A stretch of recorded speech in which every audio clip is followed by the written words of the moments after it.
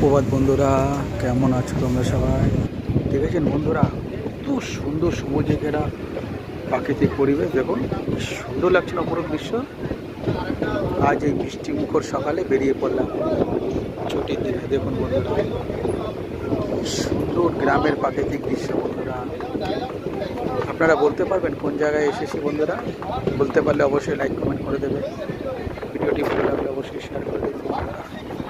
দেখুন ট্রেনের ভেতরে দৃশ্য, পাশের দৃশ্য কত সুন্দর, তাই না বন্ধুরা? কি ভালো লাগছে না? দেখো, সুপার দৃশ্য, তাই না বন্ধুরা? দেখুন